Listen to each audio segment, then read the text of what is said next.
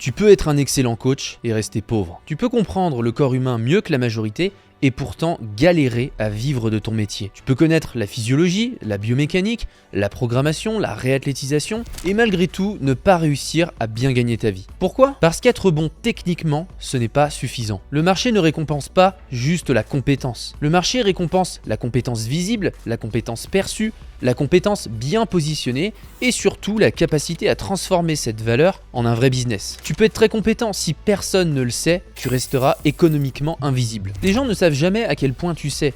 Tu dois leur montrer et tu dois le prouver chaque jour. C'est pour ça que je déteste la phrase « je n'ai rien à prouver ». Parce que sur le marché du travail et donc du business, tu dois prouver en permanence ta valeur à tes clients et à ceux qui pourraient le devenir. Dans cette vidéo, je vais t'expliquer pourquoi autant de coachs galèrent à vivre de leur métier, quelles compétences il leur manque réellement et par quelles étapes ils doivent forcément passer s'ils veulent construire une activité solide, rentable et durable.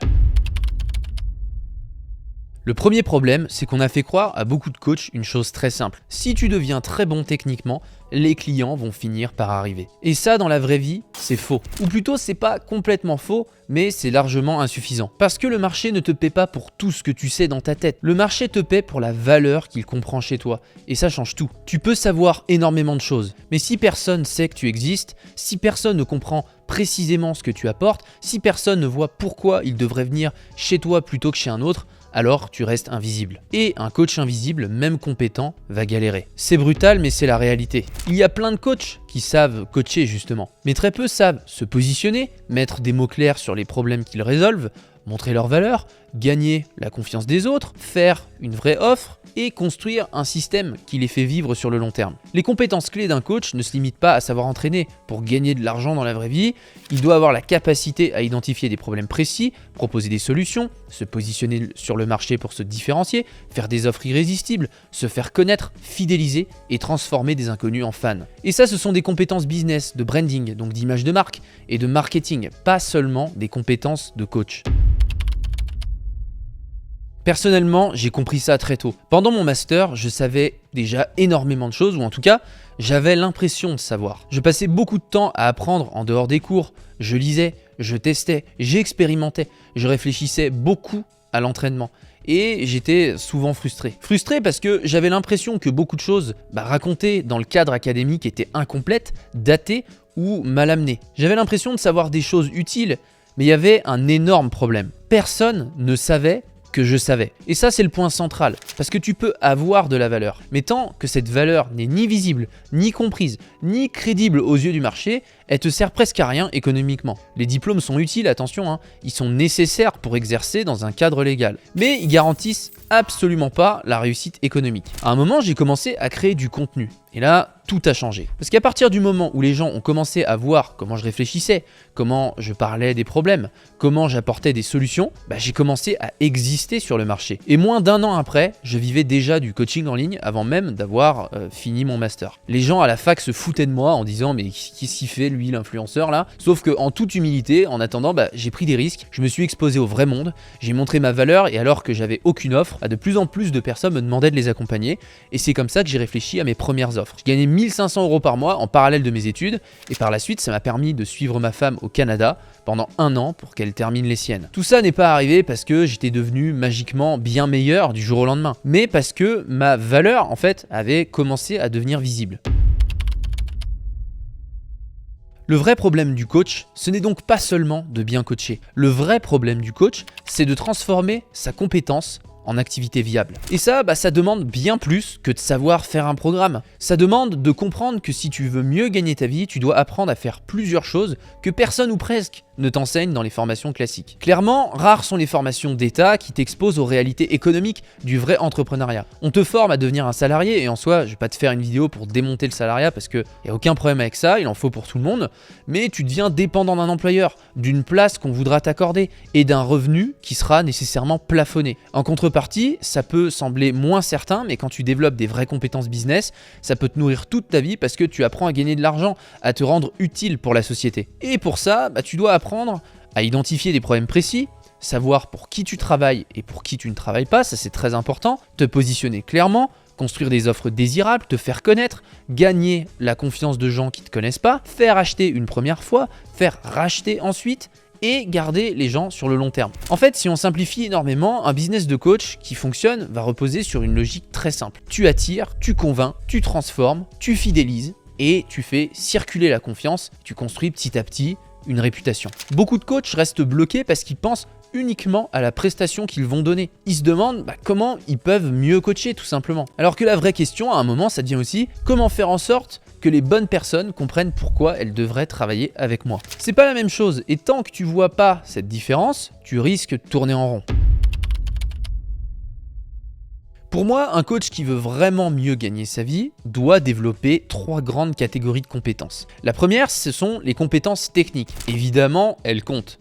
Il faut savoir coacher, il faut savoir programmer, évaluer, avec des bilans complets, comprendre le corps avec la physiologie, l'anatomie, la biomécanique, et que tout ça te permette d'obtenir des résultats, parce qu'il faut obtenir des résultats. Ça, c'est la base. Parce que si tu es très bon vendeur, mais que tu vends une prestation qui donne aucun résultat aux gens, ils vont être dégoûtés et ça devient compliqué sur le long terme. Normalement, c'est déjà la partie sur laquelle la plupart des coachs passent le plus de temps. La deuxième catégorie, ce sont les compétences business. Là, c'est tout ce qui va te permettre de transformer ta valeur en activité. Donc comprendre ton marché, comprendre le positionnement, comprendre les offres, comprendre le marketing, la vente, les chiffres, comprendre aussi ce qu'est un chiffre d'affaires, une marge, un bénéfice, un coût d'acquisition, une valeur client. Le problème, c'est que beaucoup de coachs voient ça comme quelque chose de secondaire ou comme si c'était réservé au monde de la finance ou à autre chose qui les concerne pas. Mais non, si tu veux construire une activité saine, tu dois comprendre ces choses-là. Sinon, tu es dépendant. Dépendant d'une salle, dépendant d'un employeur, dépendant du hasard, dépendant d'un bouche à oreille irrégulier,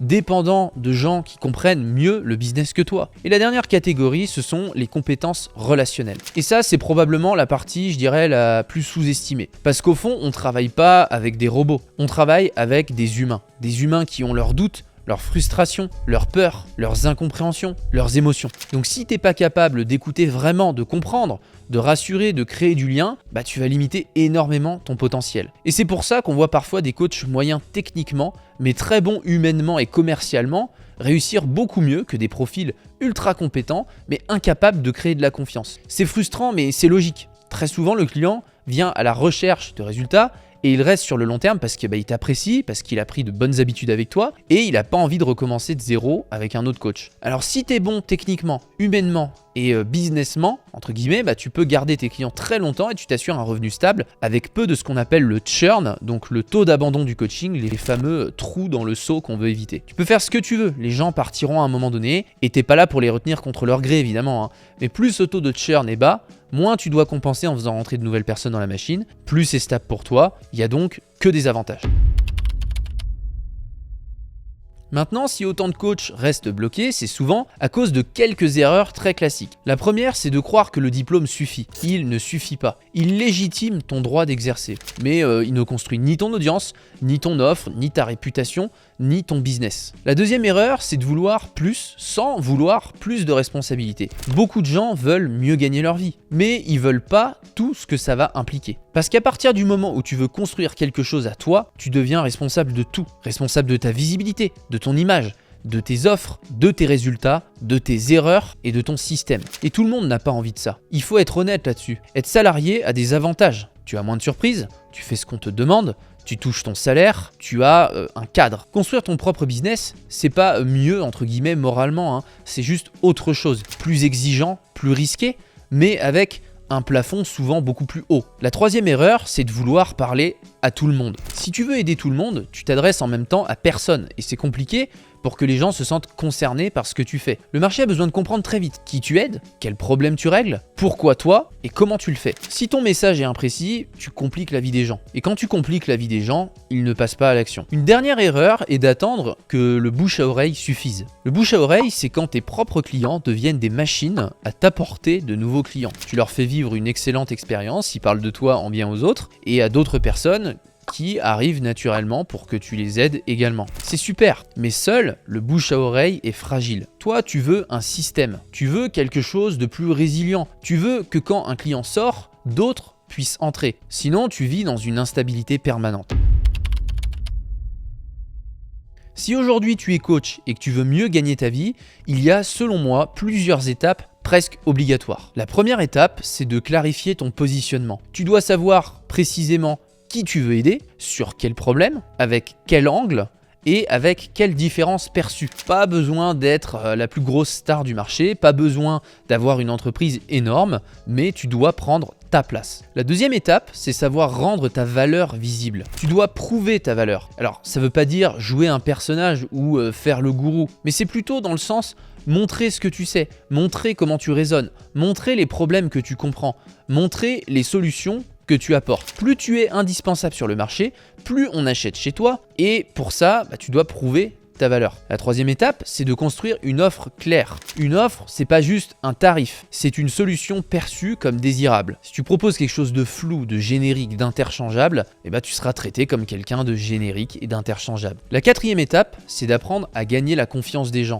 La confiance, c'est pas du tout un détail, c'est le cœur du jeu des relations humaines et donc du business. Tu gagnes la confiance avec la clarté et la cohérence de ton positionnement, la preuve sociale avec des témoignages, la pédagogie quand tu expliques des choses, la qualité de ton contenu, la qualité de tes échanges et la qualité de ton accompagnement. Dernière étape, tu dois mettre en place un système. Tu veux pas seulement vendre ponctuellement, tu veux un système. N'importe quelle entreprise peut se résumer à une équation simple. Argent dépensé fois le nombre de clients qui dépensent est égal à ton chiffre d'affaires. Tu veux donc augmenter chaque élément de l'équation en ayant plus de clients et surtout des clients qui achètent plusieurs fois pour maximiser ce qu'on appelle la valeur vie client ou en anglais la fameuse LTV ou Lifetime Value. Mais pour ça, tu peux pas avoir qu'une seule chose à vendre, une seule offre. Il te faut un écosystème d'offres. Regarde les grandes entreprises. Elles ont toutes un écosystème qui d'ailleurs va servir leur image de marque et leur positionnement. Le marketing se nourrit du branding et inversement. Pour ça, il te faut du contenu, des offres, des points d'entrée dans ton écosystème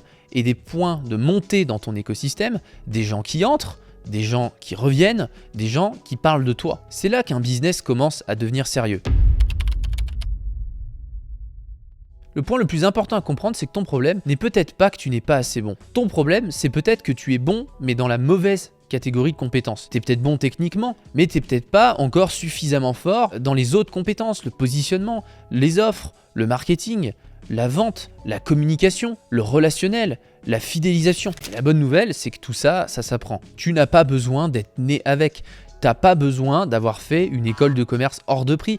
T'as pas besoin d'avoir des parents entrepreneurs derrière toi. Tu n'as pas besoin d'être déjà à l'aise partout. Le plus important, c'est d'avoir une soif insatiable de progresser, de rester élève, de continuer à apprendre et d'élever son niveau de compétence au-delà du seul métier de coach. Tu dois juste accepter une chose. Si tu veux des résultats différents, il faut développer des compétences différentes. Et ça, beaucoup de coachs refusent encore de le voir. Mais ils veulent plus avec exactement le même logiciel, exactement la même approche, exactement les mêmes croyances et les mêmes lacunes. Et forcément, ils restent bloqués. Donc si aujourd'hui tu es coach, que tu travailles sérieusement, que tu te formes, que tu t'investis, mais que tu sens malgré tout que financièrement ça suit pas, j'aimerais vraiment que tu retiennes une chose après cette vidéo, c'est pas forcément ton coaching le problème. Le problème, c'est peut-être que personne t'a jamais appris à construire un vrai business autour de ta compétence. Si tu t'es reconnu dans cette vidéo, n'ajoute pas juste une énième formation technique de plus en espérant que ça règle un problème business. Ce qui te manque, c'est peut-être pas plus de biomécanique ou plus de physiologie, ce qui te manque, c'est un vrai système pour apprendre à transformer ta compétence